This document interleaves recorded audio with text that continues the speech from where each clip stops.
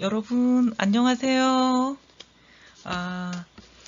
부동산 개발론. 이번 시간에는 부동산 개발 사업의 유형별 절차와 특징에 대해서 여러분들과 수업해 보도록 하겠습니다. 개발 형태에 따른 절차 두 가지를 공부하도록 하겠는데, 이번 주에 오늘 시간은 신개발 사업, 재개발 사업, 공장 재개발 사업, 네 번째 시장 재개발 사업, 다섯 번째 리모델링 사업이 있는데, 오늘은 두 가지 중에 일부하고 다음 주에 연결해서 하도록 하겠습니다. 개발 형태에 따른 절차에서 신개발 사업 6가지 하고, 두 번째 재개발 사업 4가지, 7가지가 있는데요. 오늘은 4가지 사업 시행 계획, 도시정비 사업, 추진 절차, 주택 재건축 사업 안전진단 및 시행 여부 결정, 네 번째 사업 시행 계획까지 진도를 나가도록 하겠습니다. 그럼 개발 형태에 따른 절차에서 신개발과 재개발 사업 보도록 하기 전에 개발 주체에 따른 절차는 뭐가 있나 보도록 할게요. 개발 절차에 따른 절차, 개발 주체에 따라서 어떤 절차가 있나 보면은 공공개발 사업이 있고요.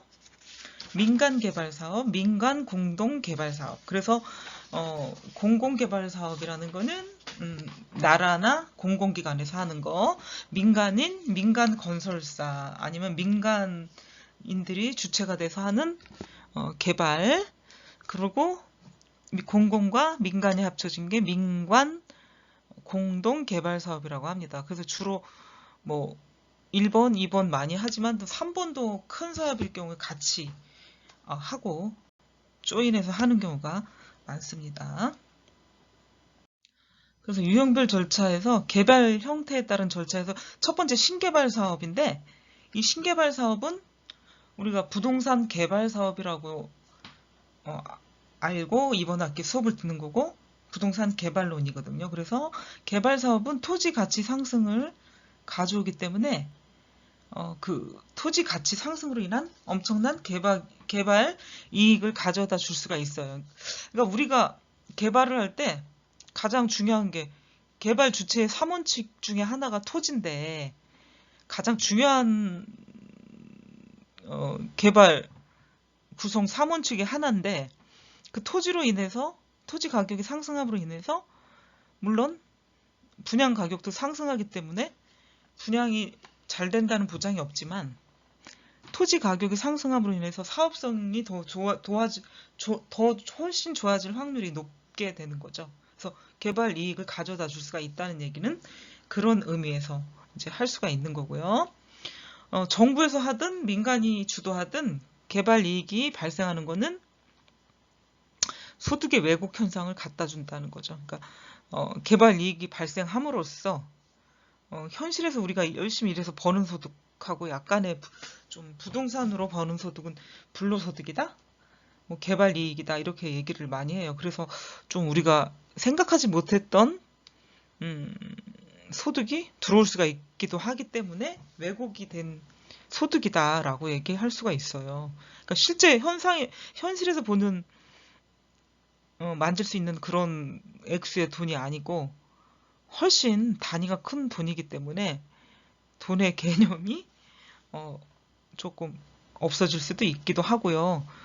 이게 웬 돈인가 하는 이런 느낌을 가질 수도 있는데, 개발 사업의 매력이 또 그것일 수도 있기 때문에 종합적으로 모든 것을 알아야 되는 이 개발 사업에서 우리가 이윤 획득, 이득을 남기기 위해서 하는 게 이제 또 이런 개발 사업이기 때문에 그게 장점이자 또 단점이 될 수가 있는 부분도 된다고 생각할 수가 있거든요. 공략적으로 할 때, 왜 저돌적이고 막 공략적인 사업일 경우에는 어떤 충분한 명분이 있지만, 그런 명분이 없을 때, 공략적으로 할 이유가 없을 때는 사회적 문제가 생길 수도 있다는 거죠. 그러니까 개발 사업이라고 해서 공공적으로 공공이 다수가 필요한 사업일 때는 지탄받지 않을 수도 있지만 환경 문제나 사회적인 문제를 야기하면서까지 개발을 한다고 하면은 시민단체라던가 주민들이 반대할 수도 있고요. 또 사회적인 지탄을 받을 수 있는 일이 생길 수, 무분별한 개발로 인해서 우리가 지탄을 받을 수가 있죠. 얼마든지. 개발 사업이나 신개발 사업은 신중하게 추진을 해야 된다. 시간과 돈과 사회적인 공공성, 여론들 다 충분히 검토를 해야 되기 때문에 부동산에서의 어떤 꽃이라고 얘기를 했던 게 개발 사업이 그렇게 만만한 사업이 아니고요. 종합적으로 모든 걸 검토를 해서 사업을 계획하고 추진해야 되기 때문에 굉장히 부동산에 대한 고수, 경험과 능력이 출중해야 된다. 사업을 해서 이윤을 내고 대박을 치고 또 계속 성공한다면 좋지만 그렇지 못한 경우의 수도 우리가 고려를 해야 되기 때문에 사업과 연관된 부분들이 많다 보니까 고민을 많이 하게 됩니다. 그래서 신개발은 정부나 공공기관이 사업 주체가 되는 경우가 있고요. 또 민간이 사업 주체가 되는 경우도 있는데 이게 법에 의해서 구분을 좀 지어줄 수가 있다. 택지개발사업, 도시계획사업, 대지조성사업, 형질, 도시개발사업이 있는데 이런 것들은 어떤 내용인지 살펴보도록 할게요. 첫 번째 택지개발사업인데 토지가 이게 택지인지 맹지인지 뭐 여러 가지로 우리가 임야인지 임지인지 농지인지 뭐 이런 걸 구분할 필요가 있는데 택지가 가장 좀 비싸다고 하죠. 왜냐하면 바로 집을 지을 수 있는 땅이기 때문에. 그래서 토지를 구분하는 방법 중에 하나로 임지, 농지, 택지 이 세 가지로 이제 나누어서 하는 방법이 있고 또 임지 이 안에 또 임지, 농지, 택지인데 임지를 또 나누게 되면 산림농지, 산림생산 및 보존용으로 해가지고 하는 지역이 있고 농지는 농수축산업과 관련된 생산 보존이 주된 목적인 토지고요. 택지는 주거, 상업, 업무, 공업, 도시계획과 관련해서 건축물의 건축이 가능하다. 그리고 가장 비싼 땅이다. 임지, 농지, 택지 중에 택지가 가장 비싸고 용도도 다양할 수가 있다. 그래서 이 시설물 설치를 통해서 도시화가 가능할 수 있는 토지가 택지라고 볼 수가 있고요. 임지, 농지 등을 택지화해가지고 개발을 할 수가 있는 게 신개발 사업의 한 가지 방법이고 대표적인 유형이다. 왜냐하면 택지가 부족하기 때문에 임지, 농지를 형질 변경을 시켜서 택지화시키는 거죠. 그래서 택지 조성하고 택지 개발한다는 게 바로 이런 거. 처음부터 택지가 아니었죠. 임지나 뭐 낮은 임야를 높은 임야, 경사도가 너무 높다 이러면은 물론 주택을 지을 수는 있는데 비용이 너무 많이 들고 도로를 낸다거나 다니기가 너무 불편해요. 그래서 조금 적당하지 못하다. 그 경사도가 높게 되면 임야, 농지도 그래요. 농지는 이제 거의 논과 밭, 평평한 그 논이 있잖아요. 그죠? 그거를 이제 택지 조성을 해서 주택을 지을 수 있게 만드는 건데 임야는 오래전부터 사람들이 그린벨트로 묶여있는 지역이 많다 보니까 투자를 그것도 많이 했어요. 왜냐? 우리나라 대부분이 산으로 돼 있기 때문에 그린벨트를 풀지 않으면 개발이 어렵다는 것을 아는 사람들은 임야도 구입을 하고 또 뭐 묘지로 쓸 수도 있고요. 이런 저런 생각 때문에 임야 구입도 많이 했는데 요즘의 트렌드는 농지예요. 농지를 구입해서 택지로 개발하면 그 가격이 엄청나게 상이하게 다르죠. 뛰게 되겠죠. 허가를 받고 형질 변경을 한다면 농지가 택지가 되는 거예요. 그런데 요즘에는 어떨지 모르겠어요. 주택이 보급률이 너무 높다 보니까 그리고 서울이나 도심에 필요한 주택이 모자라다 보니까 도심에는 농지가 없잖아요. 근데 그 농지를 형질 변경해서 택지로 개발한다 해도 사람들이 원하는 장소일까 하는 생각이 지금은 드는 거죠. 제 개인적인 생각입니다. 뭐 그렇지 않은 것도 있을 수가 있고요. 이거 표로 나왔는데 일단 다시 한번 짚어보면 도시 지역의 주택난을 해소, 택지개발 예정 지구를 구역을 지정을 하고요. 지정 제한은 국가, 지방자치단체, 토지공사, 주택공사, 지방공사, 기타, 지정권자는 건설부 장관, 예외적으로는 20만 제곱미터 미만인 경우에는 시도지사, 시행자는 국가, 지방자치단체, 토지공사, 주택공사, 지방공사, 기타. 시행 방식은 사용, 수용, 환지 방식이 있고요. 지정 요건은 없습니다. 단 예정지구, 지정 제한의 경우는 10만 제곱미터 이상이고요. 공공시설의 설치는 사업 시행자가 하고 개발계획 신청은 예정지구 지정 후 2년 이내에 하게 되어 있습니다.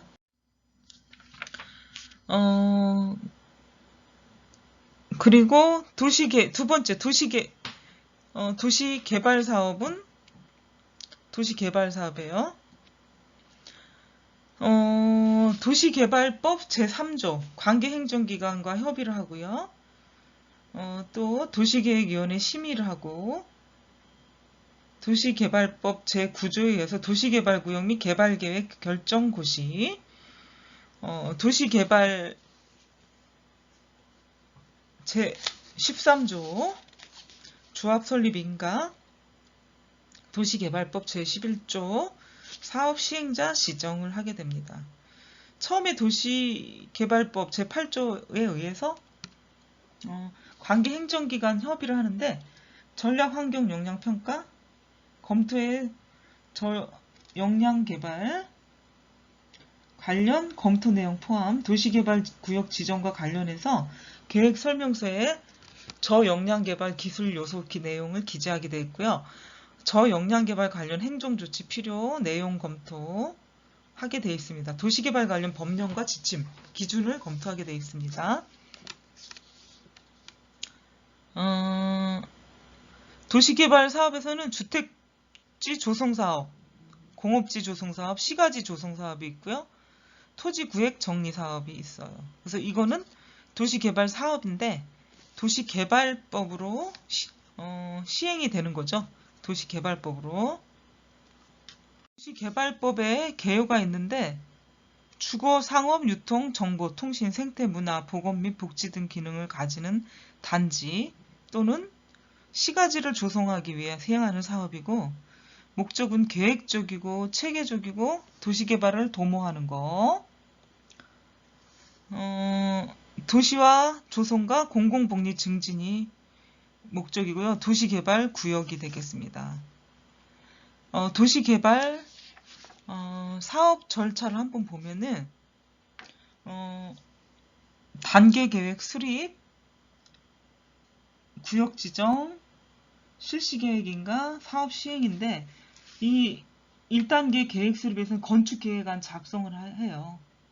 그 다음에 2단계에서는 구역 지정할 때 피드백, 4단계에서는 주택건설사업 승인과 분양을 하게 되는데 이렇게 1단계에서는 현장조사 분석, 개발 계획 수립 및 설명서 작성, 도시개발구역 지정 제안, 개발계획 수립, 피드백에서는 도시개발구역 지정 요청, 도시계획위원회 심의, 도시개발구역 지정 고시를 하게 되고요. 3단계에서는 시행자 지정 실시계획인가 신청, 그 다음에 실시계획인가 고시를 하게 됩니다. 4단계에서는 토지 수용 또는 사용, 그 다음에 이주대책 및 시행, 토지 조성에 공급을 하고요. 준공검사까지 마치게 되는데 준공검사 하기 전에 환지계획, 그 다음에 환지처분, 등기가 있습니다. 등기. 기간도 다 나오고 있죠. 그리고 도시개발 사업의 목적을 제가 조금 전에 얘기를 했고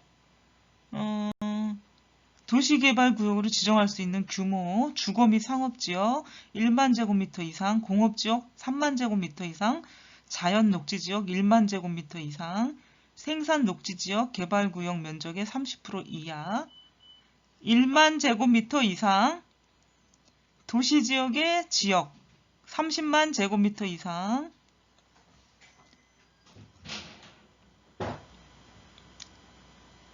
자연 녹지지역, 생산 녹지지역 및 도시지역의 도시개발구역을 지정하는 경우는 상위계획에 의해서 개발이 가능한 용도로 지정된 지역의 하나고요. 다만 광역도시계획 및 도시기본계획이 수립되지 아니한 지역은 자연녹지지역 및 계획관리지역의 하나요 지정합니다.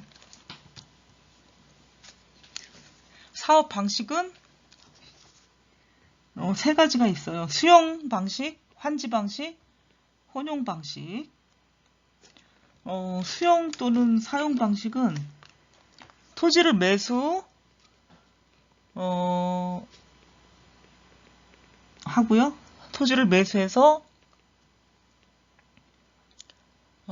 매수 수용해서 시행하는 방식이고, 국가 및 지방자치단체, 정부 출연기관, 지방공사, 토지 소유자 또는 조합, 도시개발 공동법인이 있고요. 환지 방식은 구역 내 토지의 소유권과 소유권의 권리를 유지만 하고 사업 시행 후에 토지의 권리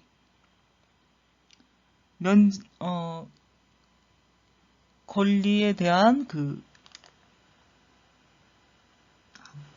사업 수익을 반영을 해서 이전하는 방식입니다. 토지 소유자가 설립한 조합, 시행 자치단체, 토지주택공사, 지방공사 및 신탁업자. 혼용 방식은 수용 방식하고 환지 방식이 같이 어우러지는 게 혼용 방식이고요. 국가 및 지방자치단체, 정부 출연기관, 지방공사, 토지 소유자 또는 조합, 도시개발 공동법인 등이 있습니다. 그래서 그 도시개발 사업의 사업 방식까지 여러분들과 봤고요.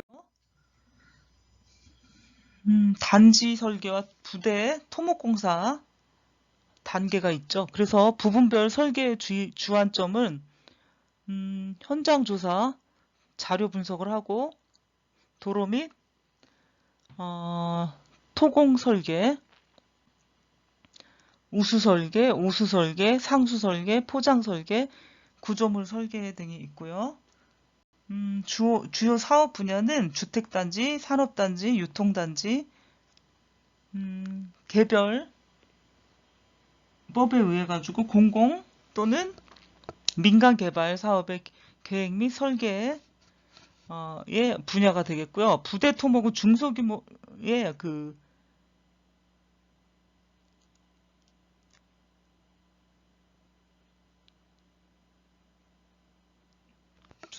중소규모의 안 보이네.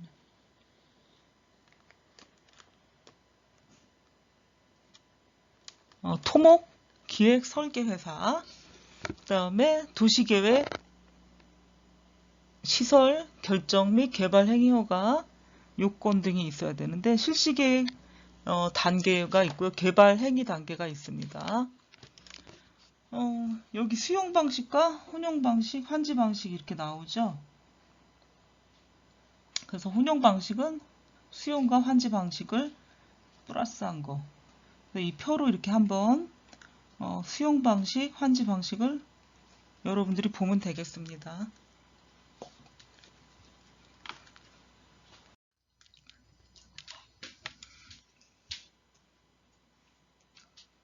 사업 방식 비교를 한번 보면 수용, 사용 방식 제22조, 혼용 방식은 21조, 환지 방식은 제28조 인데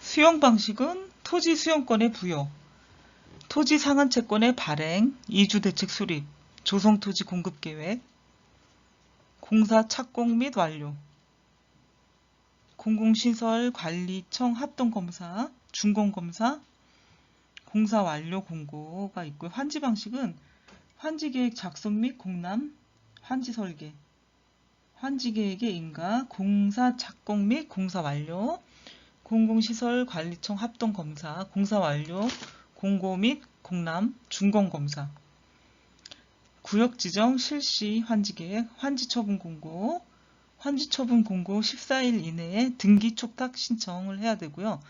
정상금의 징수랑 교부를 해야 되는데 소멸시효가 이제 5년이다 라고 볼 수가 있겠습니다. 그래서 이 표로 이제 보면 수용, 환지 방식을 보고 이게 합쳐진 게 혼용 방식이다. 법에 어디에 저촉이 되는지 이제 법까지 나왔으니까 이렇게 살펴보면 되겠습니다. 형질 변경이 있는데 형질 변경 이거는 토지 또는 산림의 원형 지표, 지질 등을 변경하는 일체 행위이다. 대지 조성, 개간, 매립, 성토, 토지 굴착, 기타 형질 변경이 있고요. 근거법은 토지의 경우 국토의 계획 및 이용에 관한 법률, 산림은 산지관리법이 있고요. 측량 수로조사, 지적에 관한 법상에 의해서 우리나라 토지를 사용 목적에 따라 28개의 지목으로 구분하고 있습니다. 그래서 이 28개의 지목으로 구분한 거를 한번 보도록 하면 지목과 부호, 코드가 나와 있죠. 지적법상 지목의 분류, 전, 답, 과수원, 목장용지, 임야, 광천지, 염, 대, 공장용지, 학교용지, 주차장, 주유소용지, 창고용지, 도로, 철도용지, 제방, 하천, 국어, 유지, 양어장, 수도용지, 공원, 체육용지, 유원지, 종교용지, 사적지, 묘지, 잡종지. 그래서 부호는 앞글자를 대부분 땄습니다. 앞글자를. 그래서 이렇게 보시면 되겠고,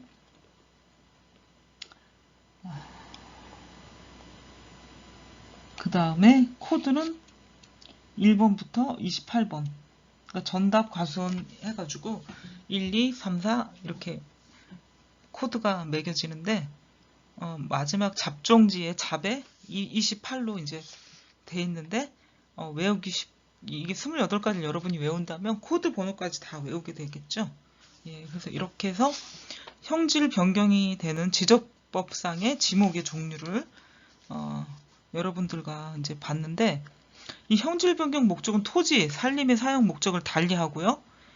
특히 형질 변경 중에 가장 많은 변경 내용은 대로의 변경이다. 대지죠, 대지.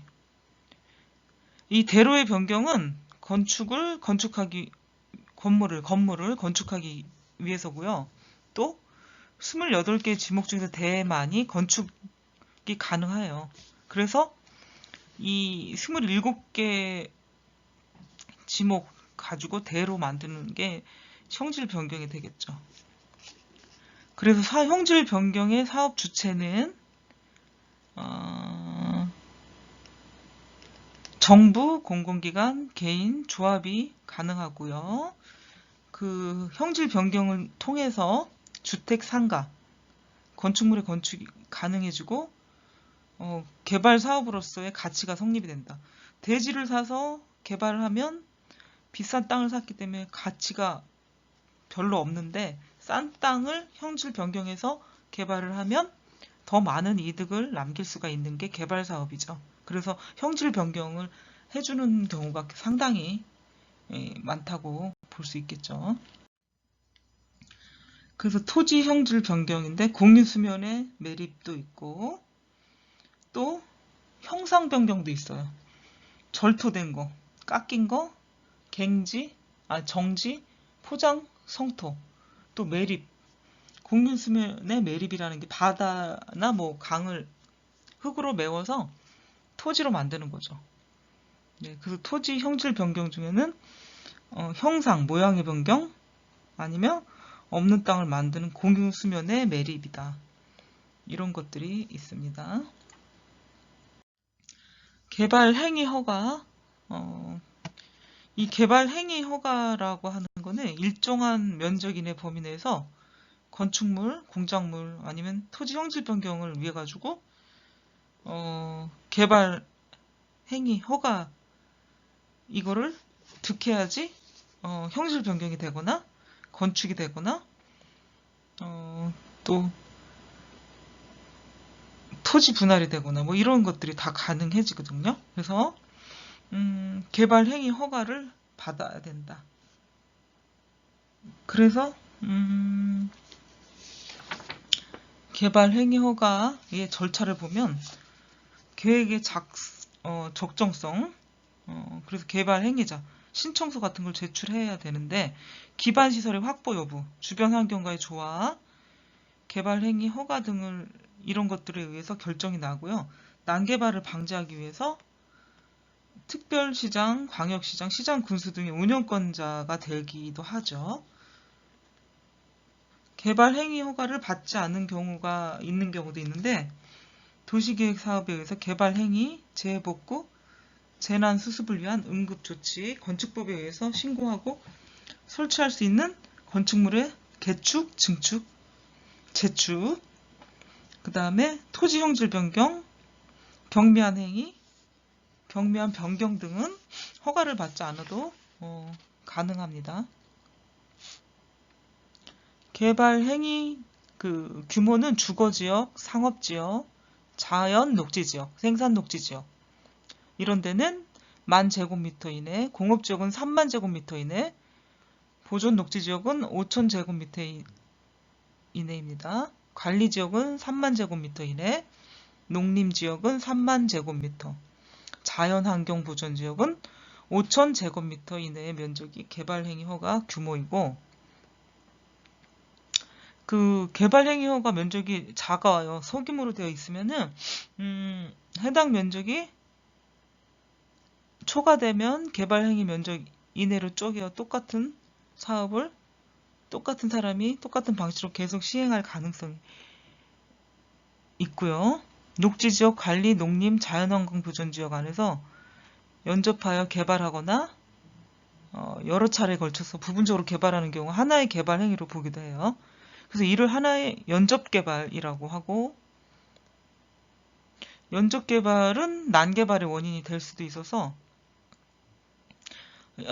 이 난개발 방지를 위해서 연접개발을 제한하고 있습니다.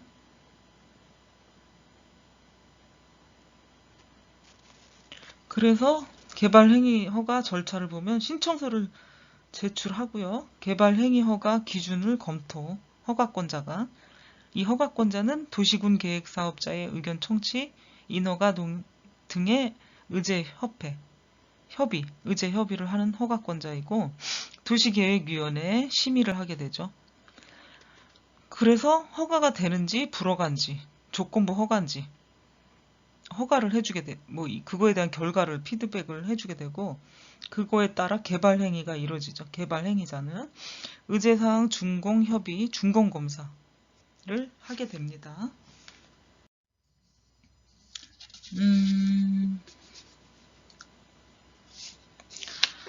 여섯 번째, 대지 조성 사업을 보도록 하겠습니다.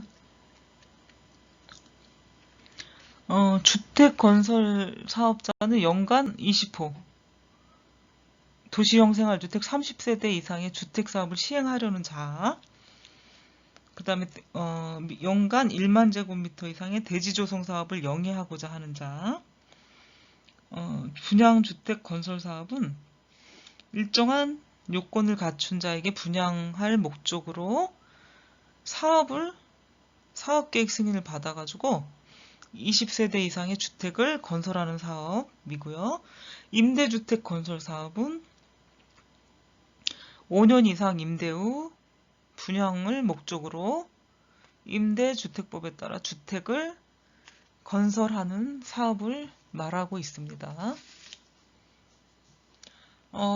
이 자격 조건을 보면 자본금이 3억 원, 개인 자산평가액은 6억 원, 기술자가 있어야 되는데 주택건설 사업자, 건설기술진흥법 시행령 이게 규정에 의해서 건축 분야 기술자 1인 이상이 있어야 되고요. 사무실은 사업의 수행에 필요한 사무 장비를 갖출 수 있는 면적이 있어야 합니다.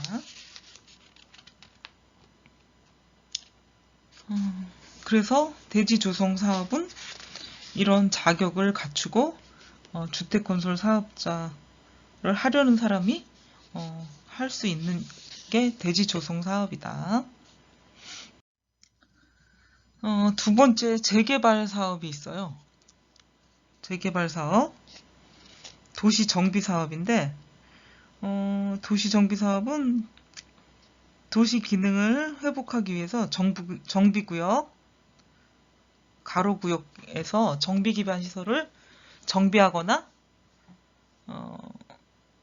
주택 건축물을 개량하거나 건설하는 사업을 얘기합니다. 정비구역은 정비사업을 계획적으로 시행하기 위해서 지정 고시된 구역을 얘기하고 지정 기준도 이제 있는 거죠.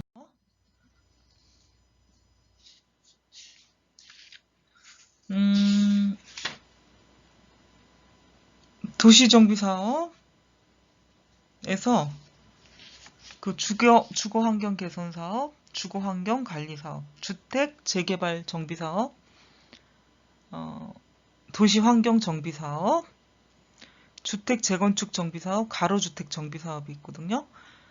그래서 주거환경 개선사업과 주거환경 정비사업은 주거환경 개선사업, 주택 재개발 정비사업과 도시환경 정비사업은 주택 재개발 정비사업, 주택 재건축 정비사업이 있고 가로주택 정비사업은 빈집 정비사업, 소규모 정비사업이에요. 그래서 주거환경 개선사업과 주택 재개발 정비사업, 주택 재건축 사업을 도시 및 주거환경 정비법으로 시행을 하게 되고요. 가로주택 정비사업은 빈집 및 소규모 주택 정비에 관한 특례법으로 시행을 하게 됩니다. 그 도시개번 계획의 위계를 볼게요. 여기 도시 및 주거환경 정비 기본 계획, 지구 단위 계획, 도시 관리 계획, 도시 기본 계획. 그래서 도시 기본 계획의 가장 큰 틀, 그 다음 도시 관리 계획, 도시 관리 계획 안에 도시 및 주거환경 정비 기본 계획, 지구 단위 계획이 있습니다. 그리고 정비구역 사전 검토 요청, 사전 타당성 검토하고 주민 의견 청취, 의견 조사, 기초생활권 수립 여부 판단, 타당성 검토, 정비계획안 수립, 합동 보고회가 있고 주민 설명회, 주민 공람 의견 청취, 도시계획위원회 심의, 정비구역 지정 결정 고시를 하게 됩니다. 정비구역 지정할 때 과정이 이 표로 나왔습니다. 그리고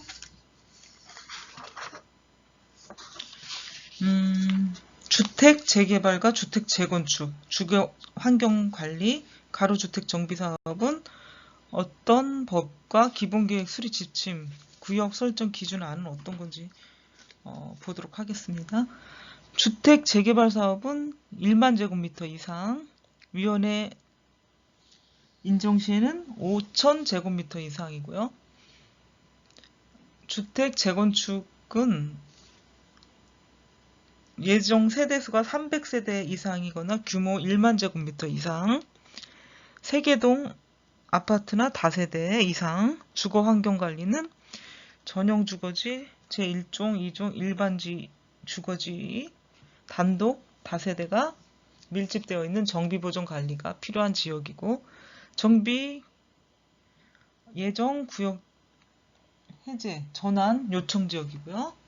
가로주택 정비는 도로로 둘러싸인 지역이고 규모 1만 제곱미터 미만 4m 제곱 4제곱미터 이상 통과도로 금지, 호수는 20호 이상. 요런 4개가 정비 예정구역 지정 기준이 원칙적으로 도로를 경계로 구역 설정하고 지적선을 경계로 할 경우 가급적이면 직선화가 돼요. 정비사업의 시행으로 도로 정비 기반 시설의 기능에 장애가 되지 아니하도록 구역을 정하고요. 기능을 보완할 수 있는 정비 기반 시설을 설치할 수 있도록 경계 설정을 합니다. 국토부의 수립 지침. 그다음 구역 설정 기준안. 주택 재개발은 규모 1만 제곱미터 이상, 위원회 인정 시 5천 제곱미터 이상, 기초 블록 단위 경계 설정, 도로를 경계로 설정 원칙으로 하고, 생활권 계획상 생활가로, 가로의 연속성 등을 확보하고요. 보조 간선도로 이상의 근린생활시설 밀집 블록은 제외합니다. 주택 재건축은 1만 제곱미터 이상, 예정 세대수는 300세대 이상, 기존 단지 경계 원칙, 주거 환경 관리, 규모는 제한 없고 기초 블록 단위를 경계 설정을 해줘야 돼요. 도로를 경계로 설정하는 게 원칙이고, 생활권 계획상 생활 가로의 연속성을 고려하고요. 가로주택 정비는 규모 1만 제곱미터 미만, 기존 호수는 20호 이상, 서울시에 20호에서 10호로 개정을 추진했고요. 가로구역 전체 또는 일부, 이게 이제 법적 기준, 기본계획 수립 지침, 구역 설정 기준안이 되겠습니다. 정비사업 추진 절차, 정비기본계획 수립 단계, 정비기본계획 수립과 정비계획 수립 및 정비구역 지정. 여기 수립의 계획을 보면 기본계획 수립은 수립권자 특별시장, 광역시장, 특별자치시장, 특별자치도지사, 시장, 10년 단위로 수립, 5년마다 타당성 검토, 정비사업 기본 방향, 정비사업 계획기간, 인구, 건축물, 토지 이용, 정비사업 기반 시설, 지형, 환경 등의 현황을 내용으로 하고요. 주거지 관리계획 등 기본적인 내용들이 들어가고, 주민 공람 및 의견 청취를 하고요. 지방의회 의견 청취, 기본계획 확정 및 고시, 관계 행정기관의 장과 협의를 하고요. 지방도시계획위원회, 지방자치단체의 공보, 일반인이 열람할 수 있게 공보를 하고요. 국토교통부 장관에게 보고를 합니다. 그래서 정비계획이 수립이 되면 정비구역 지정을 하는데, 이방권자, 광역시의 군수구청장, 지정권자 직접 정비계획 입안이 가능하고, 서면 통보 후 주민 설명회 30일 이상 주민 공람을 하고 타당하다고 인정되면 반영을 합니다. 지방의회 의견 청취 60일 이내 의견 게시를 해야 되고, 특별시장, 광역시장, 특별자치시장, 특별자치도지사, 시장 군수에게 정비구역 지정을 신청합니다. 그 내용들은 정비사업의 명칭, 정비구역 면적, 도시군 계획 시설의 설치에 관한 계획,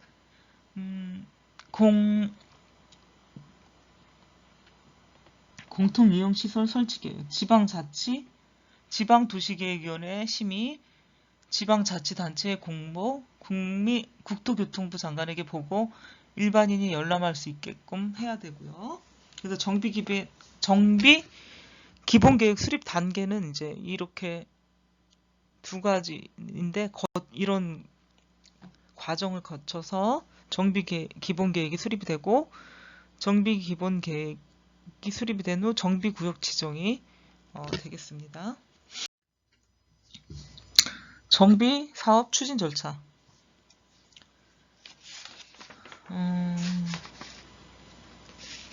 도시주거 환경정비 기본계획 수립을 하고,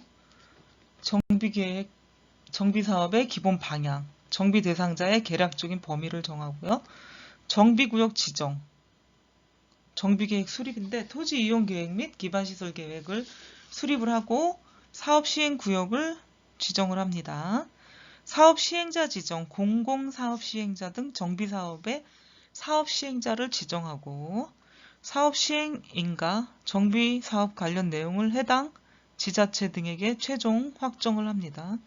시공사 선정을 하는데 사업 시행자가 건설업자를 시공사로 선정을 합니다.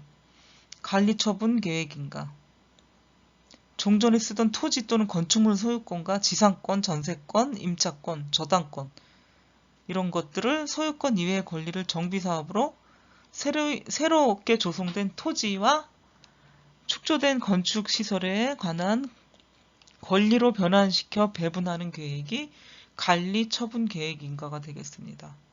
철거 및 착공은 건축법에 따라서 공사 착수 전에 공사 계획을 신고를 합니다. 그리고 마지막으로 준공 및 입주가 이제 이루어지게 되겠죠.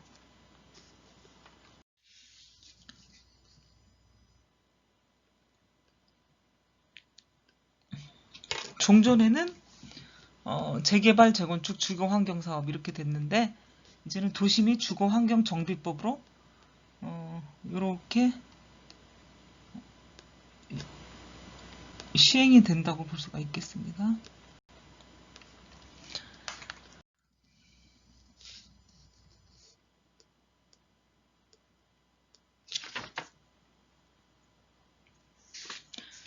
추진위원회 및 조합 구성을 볼게요.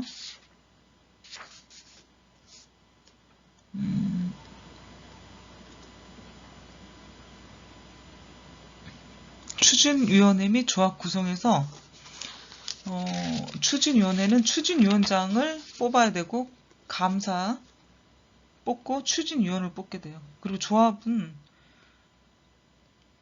조합장, 이사회, 감사, 임원, 대의원 이렇게 해서 감사는 1인 이상 3인 이하, 조합은 임원은 5인 이상 10인 이하, 대의원회는 100인 이상 10% 이내로 이제 뽑게 되죠. 추진위원회 및 조합을 이제 구성을 하게 되겠죠.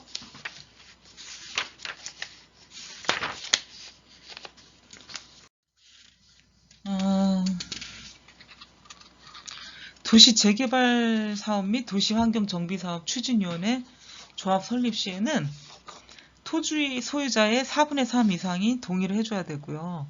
주택 재건축 사업 추진위원회가 조합 설립 시에는 주택단지 안의 공동주택의 각 동별 구분 소유자 및 의결권의 3분의 2 이상이 동의를 해야 돼요.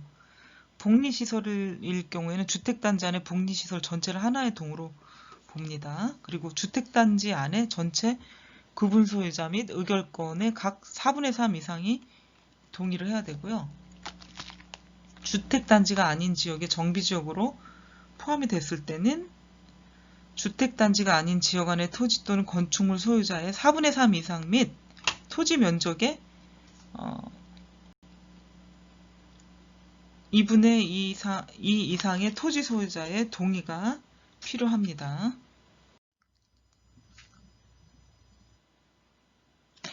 그래서 추진위원회 구성 5인 이상, 승인 신청, 추진위원회 승인 구청장, 운영 규정 작성, 추진위원회가 추진위원회 운영, 추진위원회에서 할 수가 있는 거죠. 그래서 추진위원회 구성은 위원장, 감사를 포함해서 위원 5인 이상 선정, 승인 신청할 때는 구비서류를 첨부하고 추진위원회 승인 받을 때는 위원 결격 사유가 있나 조사를 해보고요. 운영 규정 작성은 토지 등 소유자 과반수 또는 추진위원회 동의자 수의 3분의 2가 동의를 해야 돼요. 위원은 토지 소유자 등의 10분의 1 이상 결격 사유를 조사를 합니다. 그리고 추진위원회 운영 규정에 따라 운영을 하고 운영사항 공개, 장소 게시 또는 인터넷 등의 공개를 하게 돼 있습니다. 그리고 정비사업 전문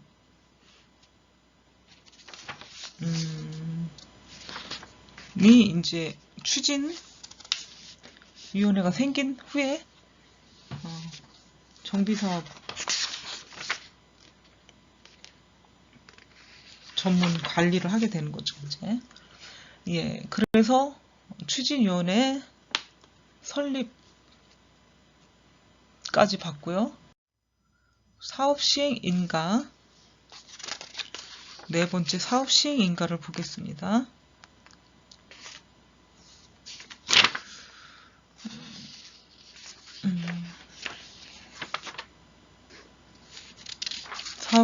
사업시행자는 사업시행계획서를 시장, 군수에게 제출하고요. 사업시행 인가를 받아야 됩니다. 사업시행 인가를 받아야 된다. 시장, 군수는 정비구역 외에 시행하는 주택 건축사업의 사업시행 인가를 하고자 할 때는 건축물의 높이, 층수, 용적률 이런 것들을 건축위원회 심의를 받고요. 시장, 군수는 사업시행 인가를 하거나 정비사업을 변경, 중지 또는 폐지하는 경우에 당해 지방자치단체 공보에 고시를 해야 됩니다. 사업시행자는 사업시행 인가를 신청하기 전에 사업시행계획서의 내용에 대해서 미리 정비구역 안에 토지 면적의 50% 이상의 토지 소유자의 동의와 토지 등 소유자의 2분의 1 이상의 동의가 필요합니다.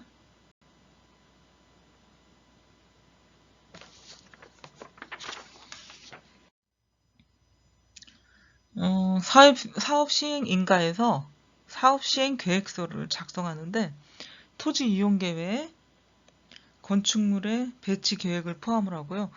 정비 기반 시설 및 공동 이용 시설의 설치 계획, 임시 수용을 포함한 주민 이주 대책, 세입자의 주거 및 이주 대책, 사업 시행 기간 동안의 정비구역 내 가로등 설치, 폐쇄회로, 텔레비전 설치 등 범죄 예방 대책, 사업 시행 계획서 작성 중에 이제 임대주택 건설 계획, 주택 재건축 사업의 경우 소형주택 건설 계획, 7번째 건축물 높이 및 용적률 등에 관한 건축 계획, 정비사업의 시행 과정에서 발생하는 폐기물 처리 계획, 9번째 교육시설 교육환경 보호에 관한 계획이 있는데요. 정비구역으로부터 200m 이내 교육시설에 한하고요. 10번째 시행규정, 시장, 군수 또는 주택공사 등이 단독으로 시행하는 정비사업, 11번째 정비사업비, 12번째 그 밖의 사업 시행자를 위해서 필요한 사항으로 대통령령이 정하는 사항들이 있고요. 다음으로는 사업 시행 인가 특례가 있습니다. 사업 시행자는 일부 건축물 존치, 리모델링에 관한 내용이 포함된 사업 시행 계획서를 작성해서 사업 시행 인가의 신청이 가능한데 시장, 군수는 존치 또는 리모델링 되는 건축물 및 건축물이 있는 토지가 주택법하고 건축법상의 다음 각 호의 건축 관련 기준에 적합하지 아니해도 대통령령이 정하는 기준에 따라 사업 시행 인가가 가능합니다. 그럼 어떤 게 있는가 한번 볼게요. 대통령령이 정하는 기준이 있는데 존치 또는 리모델링 되는 건축물도 하나의 주택단지에 있는 것으로 보고요. B는 부대시설, 복리시설의 설치 기준, 존치 또는 리모델링 되는 건축물을 포함해서 적용할 수가 있고, C는 대지와 도로의 관계가 이제 존치, 리모델링 되는 건축물의 출입에 지장이 없다고 인정되는 경우에 이를 적용하지 아니할 수 있고요. D는 건축선의 지정, 존치 또는 리모델링 되는 건축물에 대하여 이를 적용하지 아니할 수 있고, E. 1조 등의 확보를 위해 건축물의 높이 제한은 리모델링 되는 건축물에 대해서 이를 적용하지 아니할 수 있습니다. 또 건축 관련 기준을 봐서는 주택단지의 범위, 부대시설 및 복리시설의 설치 기준, 대지와 도로의 관계가 있고요. 건축선의 지정, 일조 등의 확보를 위한 건축물의 높이 제한, 이런 것들이 있고요. 건축 관련 기준은 세 번째, 사업 시행자가 사업 시행 계획서를 작성하고자 하는 경우에는 존치 또는 리모델링 되는 건축물 소유자의 동의가 필요합니다. 그래서 이 소유자의 동의는 구분 소유자가 있는 경우에는 구분 소유자의 3분의 2 이상의 동의와 당해 건축물 면면적의 3분의 2 이상의 구분 소유자 동의가 필요하다고 할 수 있겠습니다. 그래서 오늘 그 유형별 개발 사업에 부동산 개발 사업에 있어서 유형별 절차와 특징에서 네 번째 사업 시행 인가까지 수업을 하도록 하겠습니다. 여러분 수고하셨습니다. 다음 주에 만나요.